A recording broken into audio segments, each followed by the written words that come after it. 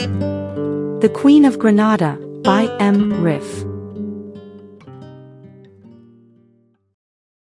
Chapter 1, The Rage. Rita raised the plate over her head, smashed it on the floor, and slumped into a chair. With her head in her hands, she leaned forward and exclaimed, "I've had enough of this." Clara, who was washing dishes with both hands in soapy water, turned and looked at Rita, and the shattered pieces of the plate scattered on the ground. Rita seemed teetering on the edge of a genuine nervous breakdown as she declared with frustration, "I can't take this any longer." Clara tried to console her with a soft voice, "This difficult phase will pass soon, just a few more days of patience." Rita replied, "If I don't get back to work soon, I'll lose all my clients. These endless days are taking a toll."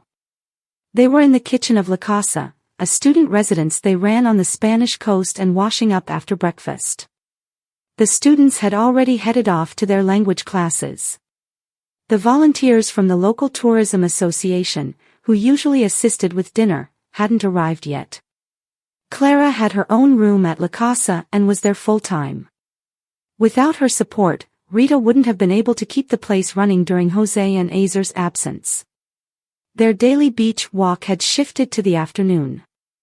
They used to take a 30-minute break on Clara and her husband Vito's yacht, enjoying a cup of tea or a glass of lemonade.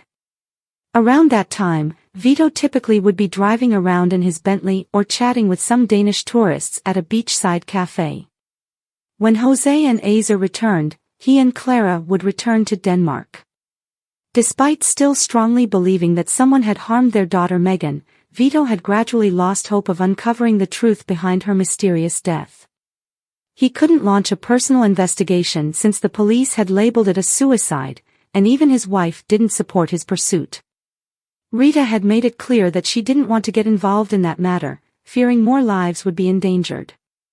Rita leaned back in her chair and repeated in a slightly subdued tone, "I can't endure this any longer.